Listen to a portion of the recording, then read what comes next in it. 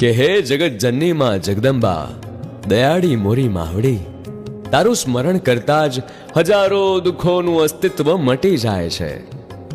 તારા દિવ્ય તેજથી મારું ઉજળું જીવન બની જાય છે. માંગ્યા વગર માં તું આપી દે છે, હારવા તું દેતી નથી.